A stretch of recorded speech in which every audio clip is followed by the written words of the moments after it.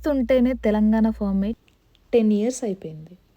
ఈ సంబరాలు మనం జేసుకోపోతే ఎట్లా? మనతో పాటు ఈ సంబరాలు జేసుకోవడానికి ఇండియా నుంచి చాలామందొచ్చారు.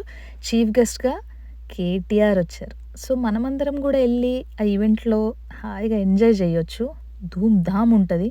పెద్ద ఈవెంట్ అనే జెప్పుకోవచ్చు. చలో అందరం గలిసి మన తెలంగాణ కోసం మరొకసారి అందరం కలుద్దాం. Frisco, Dallas.